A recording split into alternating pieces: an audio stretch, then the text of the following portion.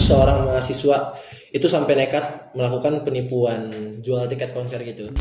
Masih umur 20, bahkan masih beberapa mungkin masih ada yang jadi mahasiswa, tapi gaya hidup mereka itu kayak udah mewah banget.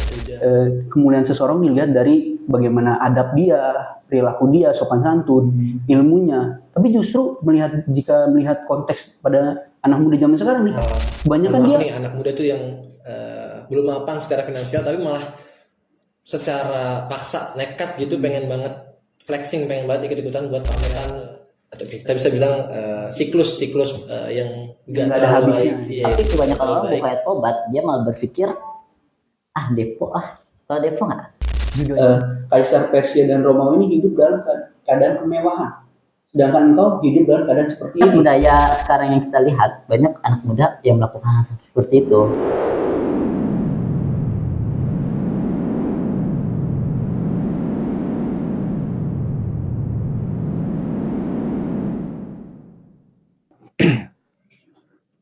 Bismillahirrahmanirrahim. Assalamualaikum warahmatullahi wabarakatuh. Halo semuanya, Sobat Lebah, kembali lagi di podcast Suara Lebah. Spesial episode kali ini, podcast Suara Lebah mengundang 2 bintang tamu yang pastinya keren-keren banget dari LDK FAH. Boleh di sebelah kiri saya, silakan perkenalan. Perkenalkan, nama saya Alfari, saya dari jurusan Sejarah Peradaban Islam semester 4. Sejarah Peradaban Islam. Ya, okay. Saya Muhammad Nur Hilman, saya dari Sejarah Peradaban Islam dari semester 4 juga. Oh, sejurusan berarti. Alhamdulillah sejurusan. Oh, sekelas juga. Oke, enak berarti ngobrol ya. By the way, saya lupa perkenalan. Nama saya Yasin dari FDKOM, jurusan Kesejahteraan Sosial semester 4 juga. Kita sama-sama semester 4. Satu angkatan. Seumuran, sama-sama umur 20. Ya, betul. 20? 20 tahun ini. Ya, saya juga. Saya 22. Ketuaan. By the way, ngomongin umur 20 tahun, kalian pastinya isi TikTok, isi sosmednya sama lah ya harusnya ya. Yeah. Kita algoritmanya mirip-mirip. Dan ngomong-ngomong soal umur 20, banyak gak sih di FYP kalian atau Reels kalian itu banyak beredar video-video anak seumuran kita, masih umur 20, bahkan masih beberapa mungkin masih ada yang jadi mahasiswa, tapi gaya hidup mereka itu kayak udah mewah banget, udah kayak punya rumah sendiri ataupun punya mobil sport, iya benar, atau ya minimal pasti mereka kontennya itu daily kayak spill outfit lah. Ya. Outfit hypebeast gitu kan. Yeah. Ada nggak di FYP kalian kayak gitu? Ada sih. Bahkan banyak kayak gitu. Flexing kekayaan. Umur 20 pencapaian udah apa aja gitu. Iya, benar. Tapi pernah nggak sih kalian mungkin kayak sebenarnya isi konten yang kayak gitu di balik layarnya mereka tuh bisa dapat uang atau bisa dapat kekayaan seperti itu dapat dari mana? Mungkin beberapa emang ada yang orang tuanya atau latar belakang keluarganya itu emang iya sudah mencukupi lah. Betul ya. Tapi mungkin banyak juga beberapa yang dari kalangan tidak kaya juga. Benar, kalangan menengah ke bawah mungkin ya.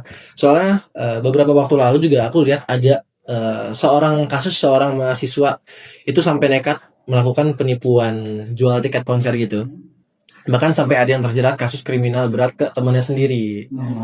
Hanya karena terlilit utang demi gaya hidup. Jadi emang dia kayak ngerasa kebutuhan hidupnya itu perlu dipenuhi dengan flexing, dengan gaya hidup yang terlihat mewah. Dia sampai mungkin nggak bisa mencukupi itu tersendiri, nggak bisa mencukupi itu dengan penghasilan dia sampai ngutang, sampai nipu tiket konser saking perlunya gitu. Dan aku pengen tahu deh dari sudut pandang kalian kira-kira sebagai mahasiswa sejarah peradaban Islam, perilaku manusia itu kenapa sih ada kayak kepikiran buat pamer materi ini bisa sampai punya daya rusak yang sangat tinggi gitu sampai sosial dan juga moral kita. Kalau dari saya, sebenarnya sih pembahasan ini menarik banget ya. Kita membahas flexing atau pamer harta. Kalau dari sejarah, dari pandangan sejarah, sebenarnya flexing ini sebuah penyakit yang udah ada dari zaman dulu. Terkhusus dijelaskan dalam Al-Quran tentang tahu Korun. Tahu. Nah, Yang orang kaya banget ya. jadi pada zaman dahulu Korun tuh kekayaannya tak terhingga sampai kunci gudang-gudangnya tuh yang mengangkat, yang memegang orang-orang yang bertenaga semua. Orang-orang tua. Iya, saking kayanya. Dan pola ini terlihat sama. Kalau sekarang, kalau Korun dulu memamerkan hartanya itu, dia jalan di pinggir-pinggir kota, terus akhirnya mungkin ada orang yang melihat berpikiran bahwa pengen jadi Korun, pengen punya kekayaan seperti dia. Sebenarnya polanya tuh sama, flexing zaman sekarang.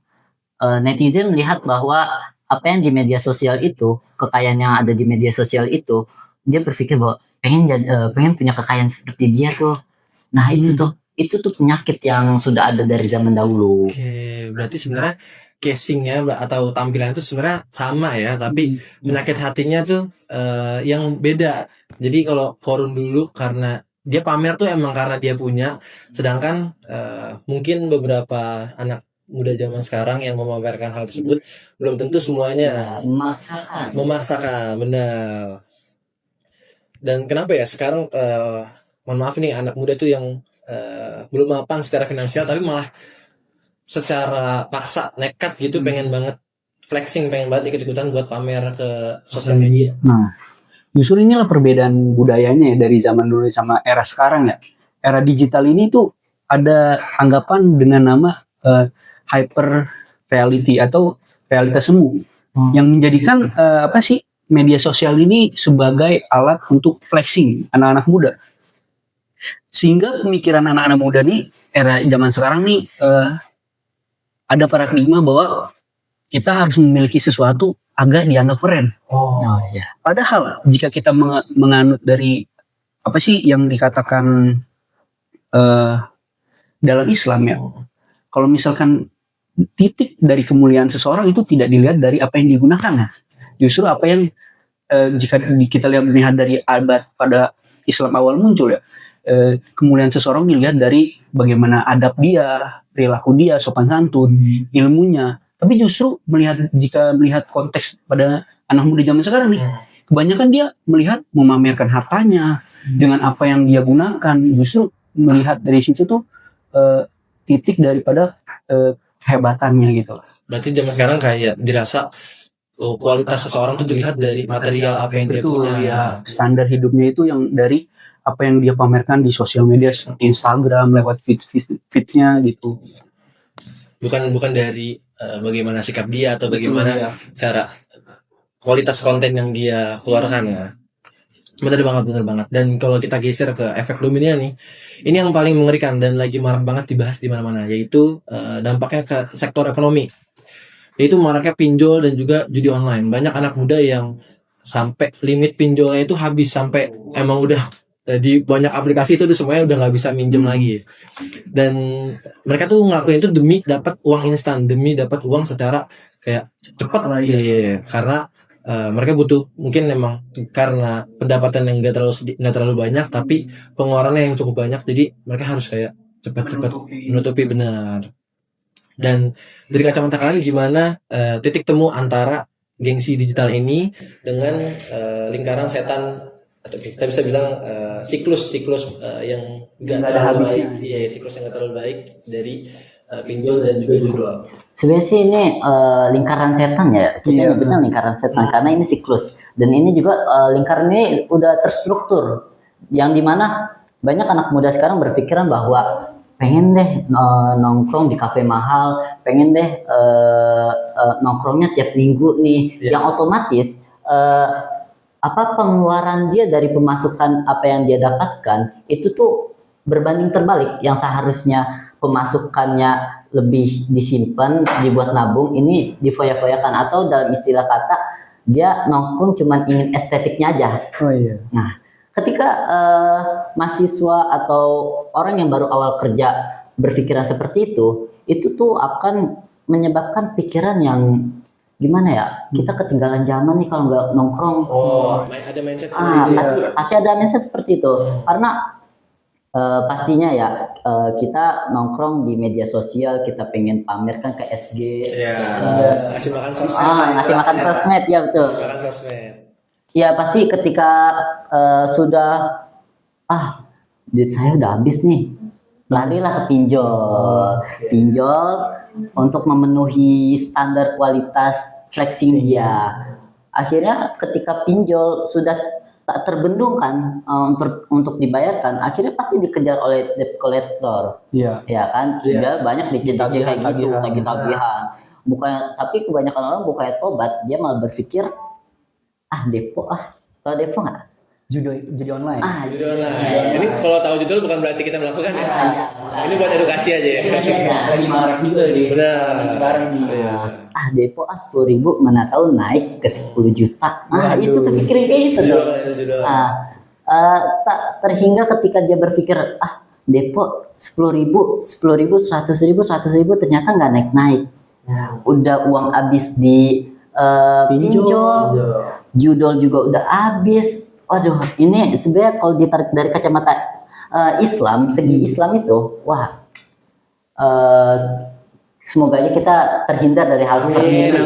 Amin. Soalnya karena ini banyak budaya sekarang yang kita lihat, banyak anak muda yang melakukan hal seperti itu, yang dimana judul udah menjadi kebiasaan, pinjol sudah menjadi kebiasaan, flexing gaya hidup yang berlebihan. Iya, sudah menjadi budaya. Jadi maka dari itu ini tuh harus diputus kalau menurut saya. Bahkan terkadang nggak cuma siklusnya berawal dari pinjol dulu baru ke judul, tapi kadang ada yang kebalik dari judul dulu ke pinjol ya. Benar lingkaran ya. Benar lingkaran, bisa dari mana saja siklusnya.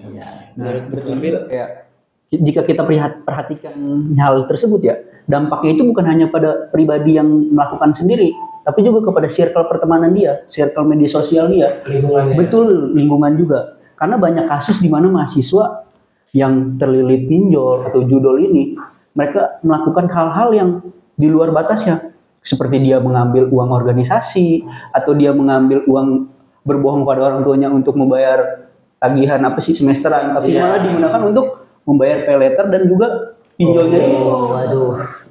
Padahal jika mengingat Rasulullah selalu mengingatkan kepada kita bahwa hindari berhutang, karena orang yang berhutang ini cenderung kalau berbicara dia tuh kayak dusta, kalau berjanji dia sering ingkar gitu loh. Jadi kayak itulah mengapa kita tuh harus menjauhi berhutang ini nih. Kalau bisa jauhi hutang lah ya. Iya betul.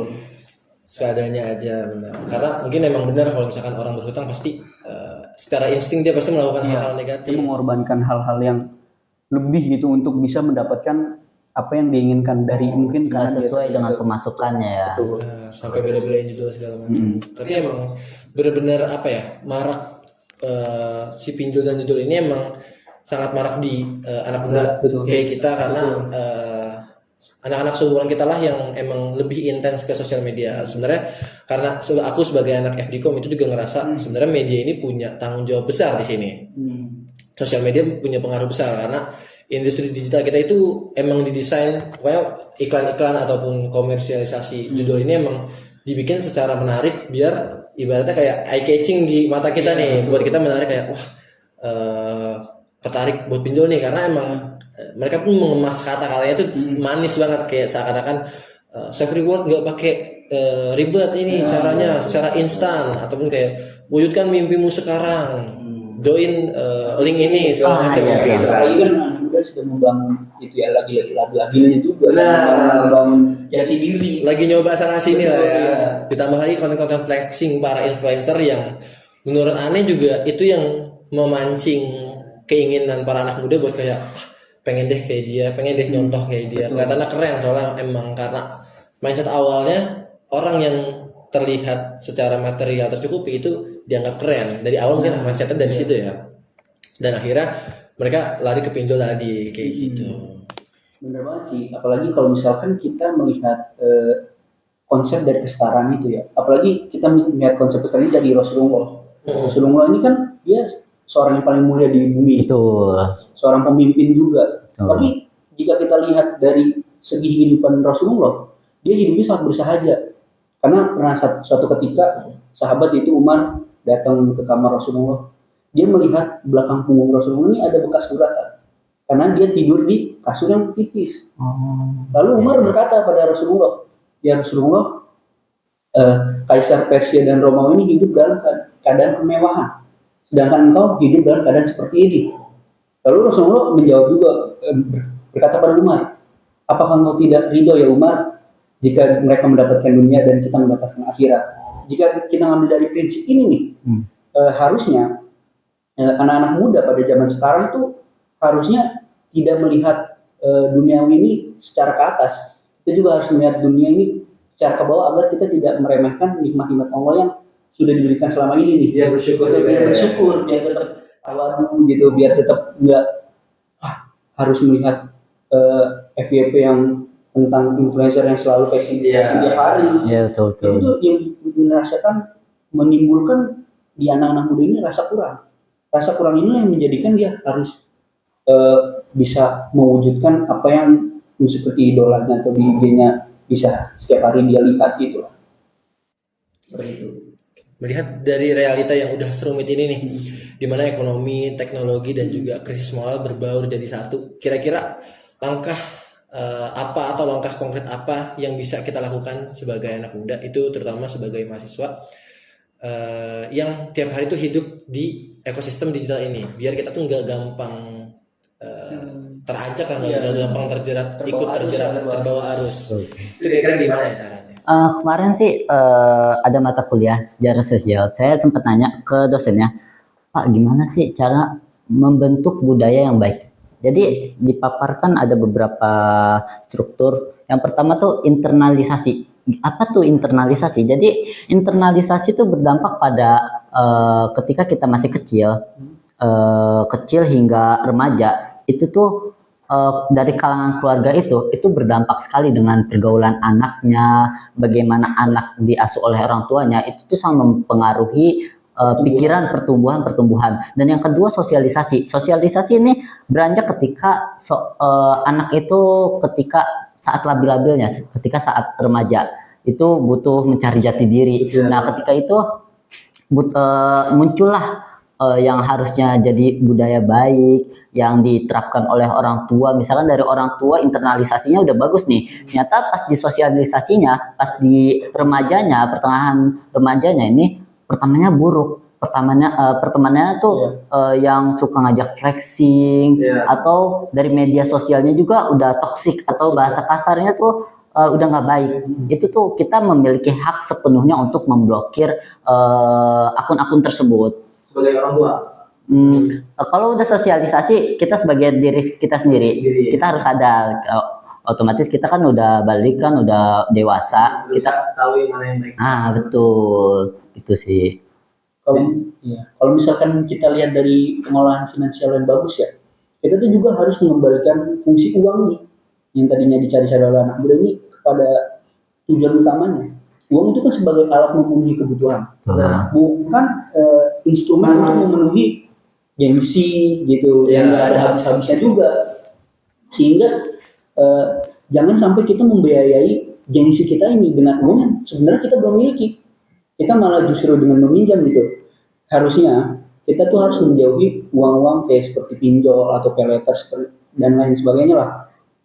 Karena Islam mengajarkan pada kita juga hidup untuk dengan di bawah kemampuan kita sendiri, bukan di atas kemampuan kita. Kita harusnya hidupnya sekitar misalkan let's say misalkan sebulan nih 2 juta. Amin. Misalkan. Tapi kita gaya kehidupan kita malah justru di atas 2 juta itu justru yang dilarang dalam Islam. Gitu. Karena tingkat kemuliaan seseorang itu bukan dilihat dari apa yang dia miliki. Karena dalam Al-Quran juga Allah berfirman dalam surat Al-Hujurat ayat 13 ya. Karena yang paling mulia mulia di antara di sisi Allah itu kan yang paling bertakwa, bukannya mereka yang flexing atau mungkin dia yang harus setiap hari menghidupi feed Instagramnya gitu. Ngasih makan medsos. Benar. Berarti kalau bisa aku simpulin pendapat kalian, cara untuk menghentikan lingkaran setan ini, kalau misalkan dari Al tadi ngomong kalau di internal itu kita bisa pencegahan mungkin setelah nanti kita punya anak itu. Betul. Kita membiasakan anak kita untuk melakukan hal-hal positif dan juga kalau untuk anak mungkin konteksnya mengajarkan kepada anak untuk bisa selalu bersyukur agar ibaratnya berapapun penghasilan atau berapapun materi yang dia punya itu dia merasa bersyukur. Ya, Karena tapi peran orang tua sih besar banget lah ya. Nah. Karena dilihat lagi banyak anak-anak yang flexing, yang ekonominya di bawah, itu orang tuanya kurang memperhatikan. Yang dalam kata lain kurang kasih sayang. Kurang kasih sayang. Dia kenapa dia bisa kurang kasih sayang? Karena dia kenapa dia bisa flexing maksudnya gitu? Karena dia butuh kasih sayang, maksudnya dia bisa pamerkan dan orang memuji hal itu. Iya. Itu mungkin dia menganggap validasi, menganggap itu kasih sayang dari orang lain, pandangan dari orang lain gitu. Jadi peran orang tua tuh di sini sangat besar sih. benar. Dan mungkin terkadang kenapa di kalangan menengah ke bawah itu orang tuanya kurang ngasih perhatian karena bahkan yang kerja pun gak cuma ayahnya ya, bahkan ibunya pun perlu harus bekerja. Jadi dampaknya itu ke anaknya jadi nggak dapat perhatian dari orang tua secara sepenuhnya. Benar banget.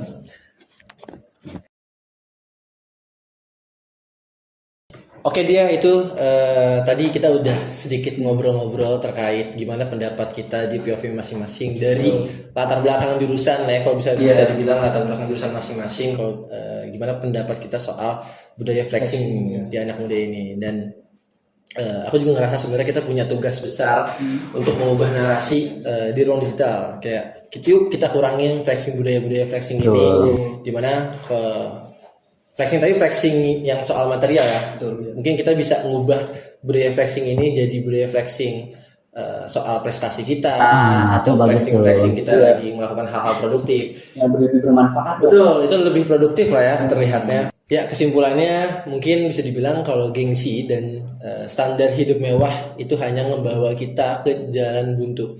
Yang pertama itu ada kehancuran mental dan juga kebangkrutan lewat judul dan juga pinjol.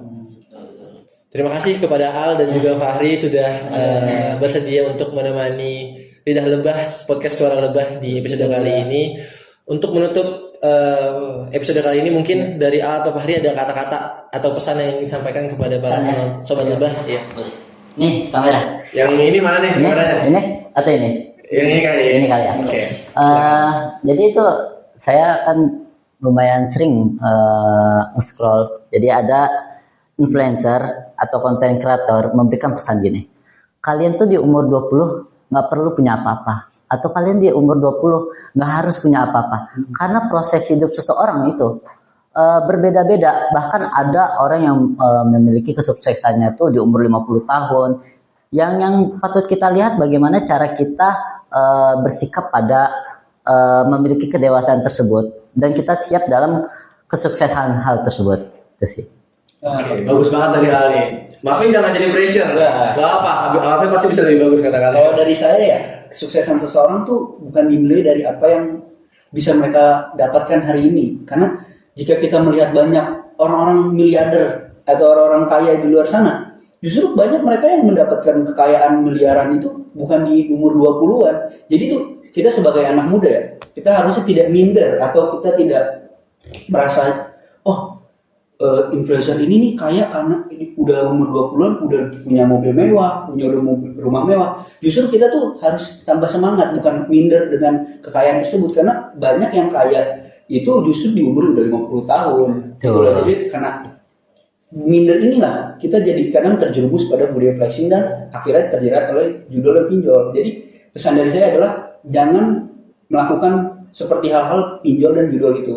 Oke, jauhi pinjol dan judul. Asik. Oke.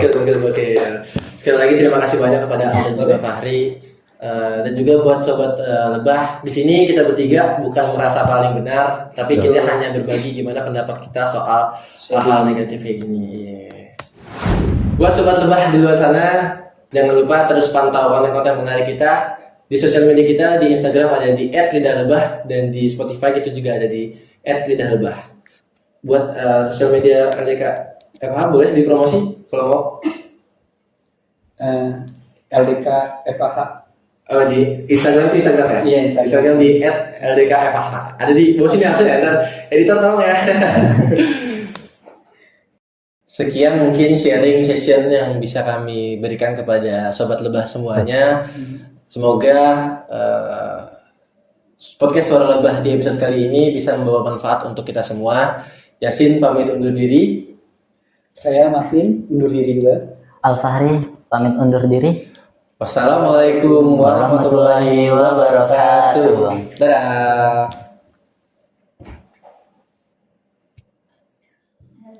Udah oke belum?